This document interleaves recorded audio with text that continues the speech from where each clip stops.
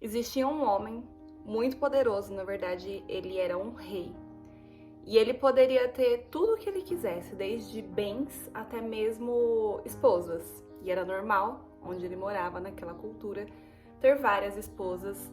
E ele poderia ter quantas ele quisesse. Isso era inclusive aprovado por Deus. E certo dia esse homem desejou uma mulher que, dentre todas que ele poderia ter, essa era uma das poucas que ele não podia, porque ela pertencia a outro homem. Então ele poderia ter quantas mulheres ele quisesse e qual ele quisesse, desde que essa mulher já não fosse esposa de outro homem, mas ele desejou essa mulher. E ele possuiu essa mulher. Ele ficou com essa mulher, ele foi pra cama com essa mulher. Aconteceu o quê? Depois de se deitar com essa mulher, ele ficou sabendo que ela estava grávida. Então ele providenciou a morte do marido dessa mulher para que ele pudesse ficar com ela e assumir o filho e, enfim, para ninguém suspeitar que ele teria traído o homem que era, na verdade, um soldado do exército dele com a mulher dele. E então ele providencia a morte desse homem e ele se casa com essa mulher e aí, enfim, eles têm o filho acaba morrendo. E esse homem, ele recebeu um profeta depois que trouxe a luz para ele, trouxe a consciência dele de que o que ele fez era muito errado, de que era muito sério o que ele tinha feito e que o erro dele era realmente muito forte, muito impactante e que ele teria que pagar por aquele erro. E ele se arrepende profundamente. Ele era um homem de Deus, apesar de ter cometido um erro, ele era um homem de Deus, ele se arrepende profundamente. Ele se derrama aos pés do Senhor e ele chora, ele se humilha, ele pede perdão, ele realmente reconhece que errou, ele muda o coração dele, o Senhor perdoa ele e ele continuou sendo o grande rei que ele era e ele é muito conhecido até hoje, todo mundo sabe quem ele é e eu já vou te contar quem ele é. E ele fez coisas incríveis e a Bíblia inclusive cita ele, essa história da Bíblia, como um homem segundo o coração de Deus, mesmo que ele tenha feito tudo isso, porque o coração dele foi se transformando ao longo do tempo e cada erro que ele cometia, ele se arrependia, ele se humilhava, ele realmente mudava de atitude, então ele não cometia o mesmo erro duas vezes, porque ele reconhecia que estava errado, ele pedia perdão para Deus e ele mudava. Esse homem era Davi, isso mesmo, o rei Davi, rei de Israel, o rei mais famoso, mais conhecido que já houve. Só que o que eu quero trazer para vocês aqui? Aconteceu tudo isso, Davi se arrependeu, o Senhor perdoou, ele foi o homem que ele foi, todo mundo conhece ele, era um homem segundo o coração de Deus, é uma referência para todos nós. Mas, quando aconteceu tudo isso, e ele cometeu esse pecado, né? Quando ele cometeu esse erro, quando ele caiu em adultério e tomou a esposa de outro homem, na verdade, o erro maior dele não foi nem o adultério, foi ele ter assassinado o marido daquela mulher, porque ele bolou uma estratégia para que aquele homem morresse na guerra e foi considerado um assassinato. Quando tudo isso aconteceu, o profeta falou para Davi que o Senhor perdoaria ele e tal, porque ele tinha se arrependido, mas existiriam algumas consequências. E uma dessas consequências é que o que ele fez escondido, que foi ficar com a mulher de outro homem, fariam com as mulheres dele na frente de todo o Israel, de todo o reino. Então, o profeta falou que em determinado momento, uma das consequências desse erro dele, tiveram outras, mas uma das consequências desse erro dele seria que um homem, não falou quem seria o homem, falou que um homem se deitaria com todas as mulheres dele na frente de todo Israel. O que acontece é que tempos depois, o filho de Davi, o próprio filho de Davi, Absalão, ele arma um complô contra o próprio pai para se declarar rei no lugar do pai. E ele consegue aliados, ele consegue pessoas que eram leais a Davi para que se tornem agora aliados a ele, parte do exército e conselheiros e tal, para conseguir tomar o reino. E aí Davi foge com todo o povo, com parte do exército que ficou com ele, com parte das pessoas que ficaram do lado dele, eles fogem da cidade. E quando Absalão vai para a cidade, vai tomar o palácio, um dos conselhos que ele recebe, para que realmente fique claro que ele tomou o reino, que o reino agora é dele, que ele estava envergonhando o pai dele, que o pai dele não poderia voltar para aquele lugar, uma das coisas que instruem ele a fazer é se deitar com todas as concubinas de Davi, com todas as mulheres de Davi que tinham ficado no reino. E então Absalão arma uma tenda no pátio do palácio, que era um lugar onde todo o reino conseguia ver, onde todas as pessoas viam. E a Bíblia diz que ele se deita com todas as mulheres de Davi ali no pátio do palácio para que todo o reino visse. O que eu quero contar para vocês agora? A partir de toda essa história, o que eu quero trazer para vocês? Deus falou algo comigo ontem no meu devocional, hoje é sexta-feira, dia 22, meu devocional de ontem, quinta-feira. Deus falou sobre algo comigo e eu ia compartilhar lá no Instagram e eu falei, nossa, mas eu acho que isso é um pouco forte. Isso é um pouco forte, não sei se eu compartilho ou não. E aí pensei, acho que eu vou gravar um vídeo depois pro fazer o devocional do canal com essa palavra. E aí durante aquele dia, à noite, eu assisti uma live de uma pastora que eu gosto muito, que eu acompanho bastante. E ela falou exatamente, uma das partes do que ela tava falando era exatamente o que eu vou falar pra vocês agora. E à noite eu tava lendo o meu livro, que eu tô lendo antes de dormir. Esse daqui, Manso e Humilde, recomendo muito, é um livro muito bom. E eu tava lendo ele e falou exatamente a mesma coisa também. E tudo isso é um assunto, é algo que eu tinha conversado já também ao longo da semana com algumas pessoas e a gente tinha conversado sobre isso e eu tinha falado isso que eu vou falar aqui pra vocês agora. O que eu quero falar pra vocês então? A gente precisa parar de agir como se o que a gente faz não tivesse consequência nenhuma. A gente precisa parar de tratar as pessoas como se aquilo que a gente faz nunca fosse voltar para nós. A gente precisa parar de plantar limão e achar que a gente vai colher morango. A gente precisa parar de plantar amargura e achar que a gente vai colher doçura. Essa história deixa muito claro que independente do Senhor nos perdoar por aquilo que a gente faz, independente da gente corrigir a nossa rota, independente da gente reconhecer o que a gente está fazendo de errado, a gente vai colher aquilo que a gente plantou. Então Davi foi perdoado, até o nome dele ele é reconhecido como um homem segundo o coração de Deus, mas ele colheu todas as frutas, todas as consequências daquilo que ele plantou. Então não importa se o Senhor perdoou, se ele se tornou reconhecido por ser um homem segundo o coração de Deus, o que ele fez, ele teve que colher. O que ele plantou, ele teve que colher. Deus não seria um Deus justo se ele não permitisse que a gente colhesse aquilo que a gente planta. E a gente acha muito lindo quando alguém que nos fere colhe aquilo que plantou. Mas quando chega na nossa vez, a gente só quer colher aquilo que a gente plantou de bom. A verdade é que a gente vai colher tudo o que a gente plantar, independente de ser bom ou de ser ruim, independente da gente se arrepender ou não, a gente vai colher o que a gente planta. A gente precisa parar de achar que aquilo que a gente faz não tem consequência nenhuma, que a gente pode agir de qualquer forma, do jeito que a gente quiser, e que tá tudo certo, nada vai acontecer, nunca vai voltar pra nós, porque pode demorar anos, mas vai. E a Bíblia diz, e aí é isso que estava falando aqui no livro, que eu falei pra vocês que eu estava lendo ontem. Eu vou até abrir aqui para poder compartilhar com vocês.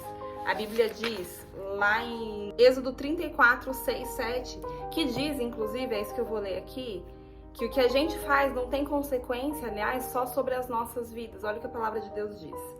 Êxodo 34, 6 e 7. Misericordioso e compassivo, tardio em irar-se, cheio de bondade e de fidelidade, que usa de bondade com milhares, que perdoa a maldade, a transgressão e o pecado, que de maneira alguma considera inocente quem é culpado, que castiga o pecado dos pais nos filhos e nos filhos dos filhos, até a terceira e quarta geração. Então, além de o que a gente fazer ter consequências sobre as nossas vidas, a Bíblia diz que as nossas atitudes, aquilo que a gente faz, os nossos pecados, aquilo que a gente faz de errado, pode ter reflexo, pode refletir até na nossa quarta geração, nos filhos dos nossos filhos. Olha como isso é sério. E aí aqui vai falar também, 2 páginas depois, algo que eu também achei muito forte, que era exatamente o que Deus estava falando comigo de manhã. Olha só. Só que Deus não é um molenga. Ele é a única pessoa perfeitamente justa do universo. De Deus não se zomba. Colhemos o que semeamos. Gálatas 6, 7. O pecado e a culpa se transmitem de geração em geração. Vemos isso ao nosso redor o tempo todo neste mundo. E a gente vê hoje milhares de métodos e de estratégias, né, usadas para a gente conseguir identificar o que está vindo de herança dos nossos pais, dos nossos avós para as nossas vidas, para que a gente consiga colocar luz sobre aquilo e quebrar aquilo de alguma forma. E a Bíblia deixa muito claro que isso realmente acontece. Tem muita coisa nas nossas vidas que a gente está sofrendo e passando hoje por erro dos nossos avós, dos nossos bisavós. Então, olha como é egoísta da nossa parte agir de modo irresponsável, pensando que as nossas atitudes não têm consequência, porque além de ter sobre as nossas vidas, tem das pessoas que virão após nós também. Mas, antes de terminar, eu quero deixar uma palavra de vida, de esperança, de paz para você. Olha só, e aí foi importante eu ter lido isso aqui ontem, porque me lembrou exatamente desse versículo aqui também. Eu vou continuar esse trecho que terminou em vemos isso ao nosso redor o tempo todo neste mundo. E ele continua, o autor aqui do livro. Porém, perceba o que Deus diz. O seu amor pactual desce até 1000 gerações, mas ele castiga pecados geracionais apenas até a 3ª ou 4ª gerações. Sim, os nossos pecados serão transmitidos para os nossos filhos e netos. Todavia, a bondade de Deus será transmitida de um modo que inexoravelmente engolirá todos os nossos pecados. Então, da mesma forma que aquilo que você faz de errado, que os seus pecados, eles podem ser transmitidos até a sua 4ª geração, da mesma forma não, de forma totalmente desproporcional, aquilo que você faz de bom ecoa praticamente para a eternidade, porque 1000 gerações, que são 1000 gerações, quem que sabe de 1000 gerações? Eu não faço ideia de quem vai estar aqui na Terra 1000 gerações após mim. E tudo aquilo que eu planto hoje de bênção, tudo aquilo que eu planto hoje de bom, pode refletir, pode frutificar, pode florescer na minha 1000ª geração. Isso mostra o tamanho do amor e da bondade de Deus, que ele é justo. E aqui esse livro, esse capítulo foi muito forte, porque estava falando exatamente isso, que a justiça de Deus é como se fosse a obra estranha dele, sabe? Quando ele tem que punir, a gente permitir que a gente sofra as consequências daquilo que a gente planta e de coisas ruins, quando a gente sofre por causa disso, é como se isso fosse uma obra estranha para ele. Ele tem que se esforçar para permitir que a gente passe por tudo isso, porque dói nele também. Por outro lado, a bênção dele, aquilo que ele libera de bom sobre as nossas vidas, é a sua obra natural, é algo que não precisa ser forçado nem provocado. Sai naturalmente de dentro dele, é quem ele é. Então, ainda que seja correto, ele precisa seguir aquilo lá, porque Deus, ele não se anula, né? Ele não se contradiz. Então, se ele é justiça, ele vai ser justiça em tudo. Então, você vai precisar sofrer as consequências, você vai precisar colher tudo aquilo que você plantou. E por outro lado, ele permite que essas consequências sobre a nossa vida, sobre a nossa descendência, cheguem em um determinado momento que ela pare, ela cesse. A partir da 4ª geração, você não vai mais carregar coisas que os seus tataravós fizeram. Só que por outro lado, as bênçãos, aquilo que você fez de bom e que vai refletir na vida da sua descendência, pode ir até a sua 1000ª geração. E não é que, e ele fala isso também, não é que vai parar na 1000ª, a 1000ª já não vai ter mais reflexo daquilo que você plantou. É que a gente não consegue nem imaginar, tipo, 1000 gerações é realmente como se fosse a eternidade. É como se ele estivesse querendo dizer que, olha só, isso que você fez de bom, as coisas que você está plantando de bom agora, vai refletir, vai ecoar para a eternidade, vai estar presente na sua família e na sua descendência para sempre. Então, se a gente olhar somente para a maldição, que pode ir até a 4ª geração, a gente pensa, nossa, que horror, né? Que Deus irado, que Deus amargurado, que vai fazer com que os meus descendentes paguem por aquilo que eu fiz. Mas é para que a gente tenha consciência, porque isso impacta mais do que pensar no que a gente faz de bom. É pra gente ter consciência de que aquilo que a gente faz de bom, se a gente não agir desse modo errado, se a gente tiver consciência do que a gente tá fazendo e responsabilidade sobre os nossos atos, as coisas boas que a gente planta pode alcançar a nossa 1000ª geração, pode ecoar pela eternidade. Então é uma forma de falar, olha só, de chamar a atenção, sabe? Olha só, se você fizer isso daqui, você pode prejudicar até a sua 4ª geração. E aí, se você abrir os seus olhos para isso daqui, que ele tá falando que é errado, que pode prejudicar a sua descendência, você vai ver do lado ali, ele falando que, mas, se você agir desse modo aqui, eu vou abençoar até a sua 1000ª geração. Então você consegue enxergar o amor e a misericórdia de Deus, que chama a nossa atenção através de algo ruim, porque é natural do ser humano, a gente fica mais impactado com aquilo que é ruim do que com o que é bom. É só olhar a nossa atitude no dia a dia, a gente tem a tendência de focar mais naquilo que é ruim, naquilo que dá errado, do que naquilo que é bom e dá certo. E Deus usou essa mesma estratégia. Olha só, se você agir errado, a sua 4ª geração ainda vai estar sofrendo as consequências do seu erro. Mas, olha aqui do lado, se você agir certo, você pode colocar isso, transferir essa bênção para as suas próximas 1000 gerações. Esse é o tamanho do amor e da bondade, da misericórdia, de tudo, sabe? De Deus. Ele é bom. E quando a gente olha para aquelas coisas que a gente pensa que ele tá fazendo por maldade, que a gente pensa que é só ruim, a gente vê que tem algo bom por trás. Ele não tá fazendo aquilo para nos prejudicar. Ele tá tentando chamar a nossa atenção para aquilo que é verdadeiramente bom e que realmente pode abençoar a nossa vida. Comecei esse vídeo falando para você, para de agir como se aquilo que você faz não tivesse consequência, porque tem. E se lembre que não é só o que você faz de ruim que tem consequências, o que você faz de bom também. Aquilo que você cultiva vai florescer, independente de ser algo bom ou de ser algo ruim. E é maravilhoso saber que a gente pode escolher o que a gente vai cultivar.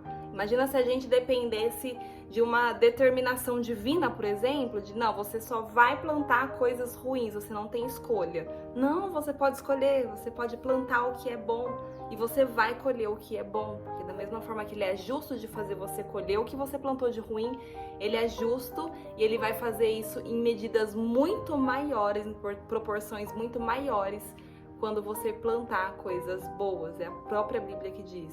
Existe um limite para você colher aquilo que você faz de ruim, mas não existe limites para aquilo que você faz de bom. Então coloca os seus olhos naquilo que é bom, naquilo que é perfeito, naquilo que é agradável, naquilo que é de boa fama, assim como Paulo disse, acho que lá em Filipenses, para que você possa colher os frutos desse tipo de vida, desse tipo de plantio. Essa é a mensagem que eu queria deixar hoje. Os 2 livros que eu usei, Bíblia, que conta a história de Davi, e aqui Manso e Humilde, que é um livro maravilhoso, eu tô amando, acho que vocês vão gostar muito também.